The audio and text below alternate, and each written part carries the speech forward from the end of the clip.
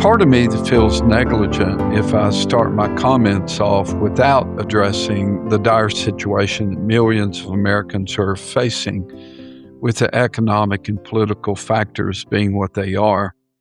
So many people cannot afford to live, to survive. No one's being spared the shock of going to the grocery store. Or the gas station. And I also know that opinionating, pontificating about my beliefs and raining hell down on those that have created this disaster will not change a thing.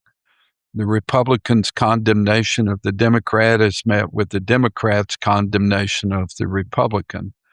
The negativity that we despise out there is the very negativity with which we respond inside of ourselves. There must be another way. Is there another way? And the answer is yes.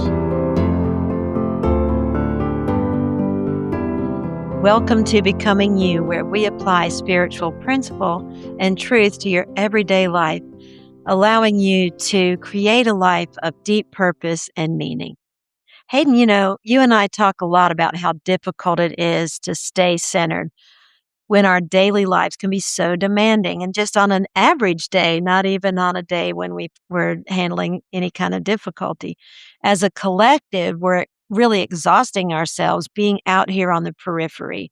We lie awake at night with the relentless drama. We're bombarded by endless scandals.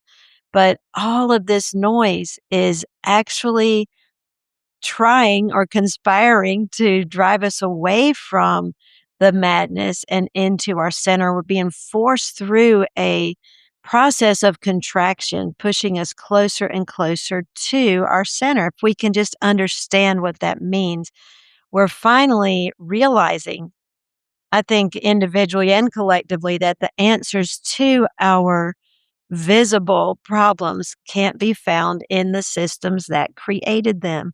So the big question for us is, where is that center? The same center that exists in a galaxy, in a solar system, exists inside of you and me. But where is it? Because right now, in the middle of all this chaos, it can be really hard to find. It can be hard to connect with. I think that's a really good place to start what you just said, not knowing what to do, because I'm saying that it's a very powerful place to be, as uncomfortable as it is. We've all been there at times in our lives, and we'll be there again in our lives. But let's talk about that first, then we come back to the issue of the center. When you come to this place in your life when you don't know what to do, as I said, my experience has taught me that it's actually a very powerful place to be, but it's also deeply associated, particularly with the outcomes of it. It's deeply associated with this issue of the center. You have to learn to do something that seems to the mind to be a complete waste of time, which is you have to learn to move inside, learn to be still. Without peace, there can be no calm. Without calm, there can be no truth. And without truth, you're just doomed to keep repeating the same old cycles, the same emotional patterns, and creating the same outcomes. What you see is what you be. What you be is what you do, is how you behave. And what you do, how you behave, is what you become. Mm-hmm. So, in fact, you cannot behave appropriately until you perceive appropriately. So often, Hayden, when you said that, it really triggered in me. If I'm thinking about all the chaos and I'm engaging in all this, thinking about all the scandals, then I'm actually just kind of strengthening that inside of myself. That's how I start behaving. That's how I start seeing everything. It starts to color everything. The individual's behavior reveals what the individual sees or how they're looking at it. So let's go a little deeper there and look at perception for a second. Perception is a mirror. It's not a fact. What you perceive in others is what you see and strengthen in yourself, as you mentioned. All behavior teaches the beliefs that motivate that behavior. You express hate, you teach hate. Mm-hmm. Truth is unthreatenable. It's important to understand that. and it's obvious that you are not, that I am not, and Terry, that you are not. It's all of us. And we can easily see the implications here. And it appears that different orders of reality exist, us versus them, right versus left, right versus wrong. But this is not true. There is only one reality, and is a reality of truth. Truth doesn't vacillate. It is always true So that's what you mean when you say truth is unthreatenable. And then it's obvious that we're not because we feel threatened by every little thing, all the time. even a bumper sticker or a look that somebody can give us. And this is one of my favorite quotes from the mother because she has a way of saying things that just really bring it home. There are moments when you do not know what to do. It is exactly in these moments that you must surrender yourself to the divine force and allow it to take control of your life. When the mind is still, truth gets its chance to be heard. So, here are some suggestions for doing that. Number one is go inside, step back, be the witness, quiet yourself, see what's happening, and ask yourself, your inner self, what is actually going on. And you will get an answer. It can be clear and precise. So here's a second thing that we recommend and that Hayden and I practice too. Not knowing what to do is really the ideal threshold for calling upon the divine force, not with panic or fear, not resorting to the need to grind mentally or emotionally, but to step back and to be still. Few people have mastered it. Be still and move away from the periphery and into your center. And we're going to speak about that some more in just a minute. Offer the not knowing what to do, the fear, the uncertainty to the divine, to the infinite, and just wait. Another difficult part is to wait and be still. Learn to move from the periphery of your life to the center of your life. Because without peace, as Hayden was talking about, there is no calm. And without calm, we really don't have access to the truth. All we hear is noise. And then the third thing that we speak to is to resign as your own teacher. You've done the best you can. All of your doing has been wonderful for your success in your horizontal life, but it hasn't led to clarity. It hasn't led to an experience of peace. So call upon your highest self, call upon the divine. It's time for you to stop being your own teacher. And that was actually said to me by one of the teachers that I have worked with many years ago, and he looked me square in the eye and he said, "It's time for you to stop being your own teacher." Hmm. In other words, a polite way of saying, "Shut up." The inner voice or the center is often confirmed not by hearing a voice, but having a moment of intuitive knowing. Mhm. And without exception, there are perceptions that you can experience and have when you are calm that you cannot have when you're upregulated, being pummeled by the noise in your mind. But remember that nothing is difficult if you truly desire it. And with that in mind, remember that only you can deprive yourself of being calm. Only you can do that to yourself. I remember I told you the other night I couldn't sleep, and you said, "Why?" I said, "I don't know, but I sure was getting mad." Instead of, like, giving it over to my higher self or to the divine, I was just grinding away on, "I need to get some sleep. What's wrong with this?" I forgot my own lesson. We all do it. You can't change the world, but you can change yourself. And so, with that in mind, I am suggesting that the circumstances that we are all facing in the world are demanding a new understanding, a new learning, and a new approach. Our current approach tries to force liberty, equality, and fraternity through laws, voting, judicial systems. Well, what happens when the very systems that are in charge of the well being of the people become corrupt? As it is in your mind, so will it be in your life. But the time has come as these unprecedented events clearly reveal that we need to learn something new. as we go about the daily task of bearing these difficulties, waiting for things to change. And the reason we have to is because the institutional machinery can no longer contain or manage the complex, conflicting desires of humanity. Huh. I mean, Hayden, can we go into that a little bit? So, what do we need to learn? There was a lot in what you just said that made me go, "Huh." But what is it that we need to learn? Well, let's talk about this issue of centering, of being at center, and this is really important, of learning to see and perceive from the center. So, I want to share two quotes in regards to this, and this is the first one. It's a great one, and the quote says, "Thou hast come down into a struggling world to aid a blind and suffering mortal race, to open to light the eyes that could not see, to bring down bliss into the heart of grief, to make thy life a bridge twixt earth and heaven. If thou wouldest save the toiling universe, the vast universal suffering feel as thine, thou must bear the sorrow that thou claimest to heal.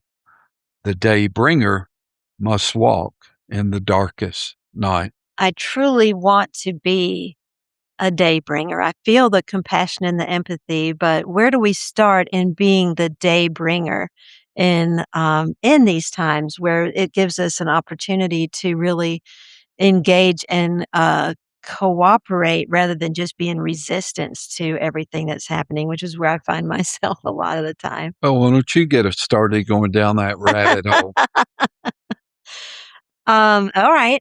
Well, if we Okay. go back to the dynamic of perception, which you brought up, it's easy for us to see that we do live in two different worlds. One of them gets our attention much more often, but we do live in two different worlds. So, in one of the worlds, the one that gets our attention, you can see your life comprised of concentric circles, if you can picture that. They kind of move out from the center, and we can label the circles with family, work, paying bills, figuring out how to survive. And all of these circles are building upon one another. This is your horizontal world. This is the one that gets all your attention.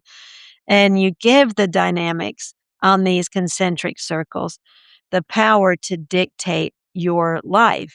Just yesterday, I was in a coaching session with a young woman, and she said something that was so relatable and so honest. She said, "I feel like my experiences run my existence."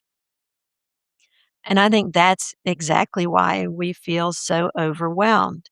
We live so much of our lives on this horizontal plane, moving through linear time.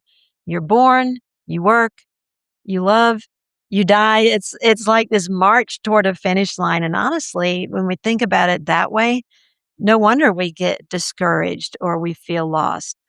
But I invite you now to take a breath and maybe lighten up for a second because your vertical world is entirely different. And here you could picture a gyroscope. You have the spinning outer rings, that's your daily life, but running straight through the middle is a solid, unmoving vertical axis. That vertical line is the truth of who you are. It holds your spiritual vision.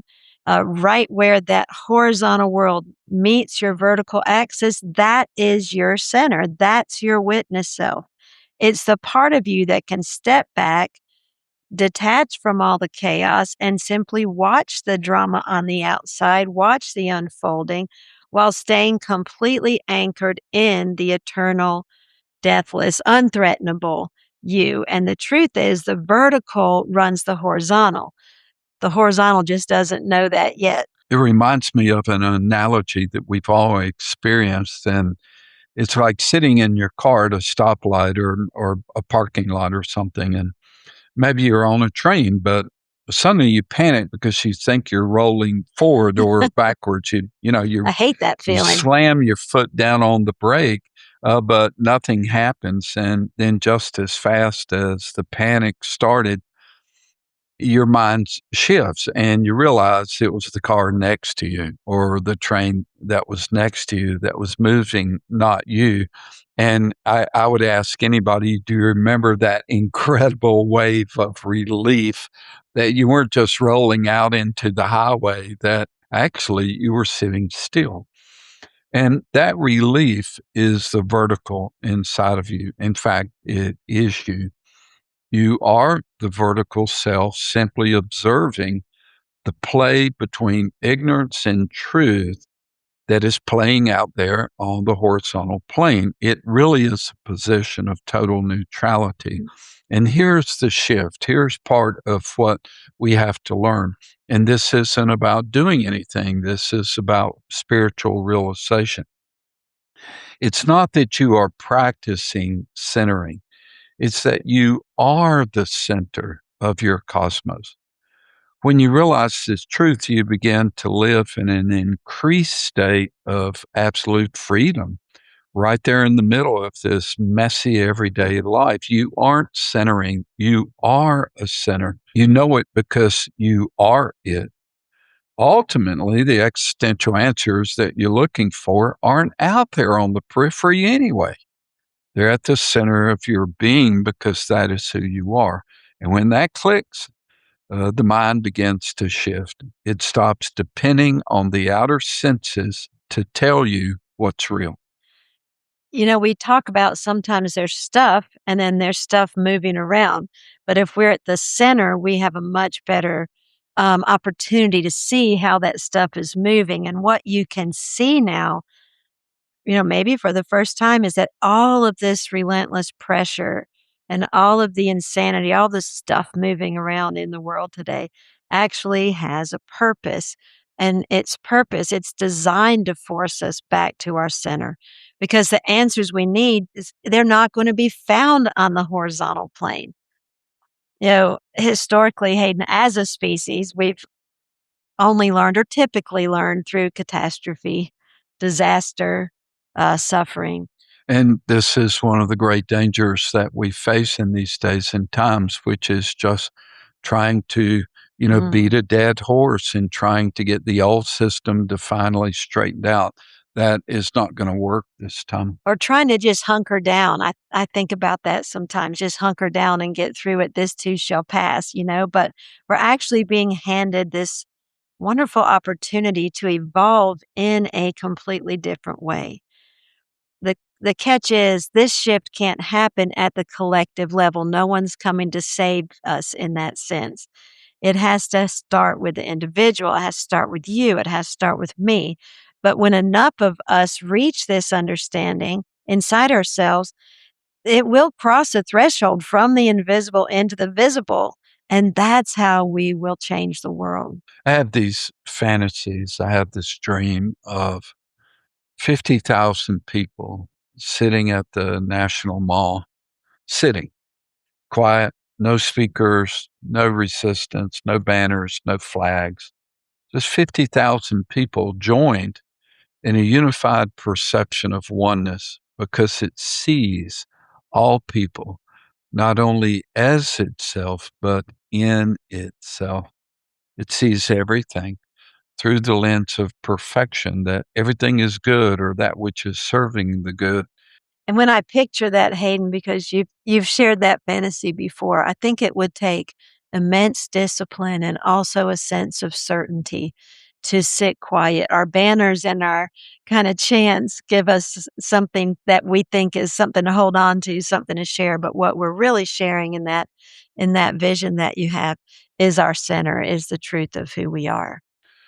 Well, this gives me a chance to share the second quote, but I really invite um, anybody who's listening to this not just to listen, but to actually feel these 5 lines. And this is what the quote says: assured of the bliss for which all forms were made, unmoved by fear and grief and the shocks of fate, and unalarmed by the breath of fleeting time, and unbesieged by adverse circumstance, it breathed in a sweet secure, unguarded ease. It's the power of the center to create that which is assured, unmoved, unalarmed, Mm. unbesieged, unguarded. And that is the fantasy and the dream that I have of that situation. 50,000 people in that state of seeing and knowing and simply being quiet. When we move from the noise and into the calm, into the center of our being, the mind is tamed and begins not only to align itself with truth and beauty, equality, joy, it becomes it. And this is part of the new learning that we're being given a chance to embrace. It's the shift of perception, not doing anything, Mm. but a shift of perception that stands the greatest chance of resolving the issues that you, me, and the rest of the world face. And each step we take, however small, it will reveal greater and greater truths for us. I know for myself that in those moments or hours when I am not able to be still, that it is as much a kind of chemical addictive reaction. It's a habit in my mind and body as anything else. I'm just so used to responding that way. Well, I don't exclude myself from that. I do the same thing. And whenever I do that, whenever I'm getting pulled into that chaos, I know that I'm out of my skin. I know it's time to come back to the center and be quiet. But I can share that I'm pretty addicted to my doing. I'm attached to being active and doing and responding, but without this vertical axis, without access to the vertical axis, there's really no way to resolve the issues of our daily life. That's why it's so important for us to really examine our role and to take responsibility for our role in these times. Everything happening right now has a purpose. I mean, it's ultimately serving the greater good. I know that, even if it requires immense courage and perseverance to see it. Our focus shouldn't be on what's going wrong or what's being destroyed or who's doing what. Instead, we really must focus on the destiny and the purpose behind this destruction, because whatever is being born out of this, it's going to be magnificent. And when the 50,000 at the National Mall do that, I promise you that it'll have more influence than 500,000 people screaming and yelling at one another. We don't have to die to go to heaven anymore. We can create it right here in our lives on planet Earth, right here in the middle of this mess. And heaven on earth is why we're here. It's not some sci-fi, utopia. It's truly attainable. And if you're ready to build that inner axis to find deep peace and start living from your center, we invite you to join us on the Becoming You journey. Head over to truthspringasheville.com and find out how to get started. We would absolutely love to walk this path with you. Thank you so much for taking time to be with us today, and we hope to see you next time.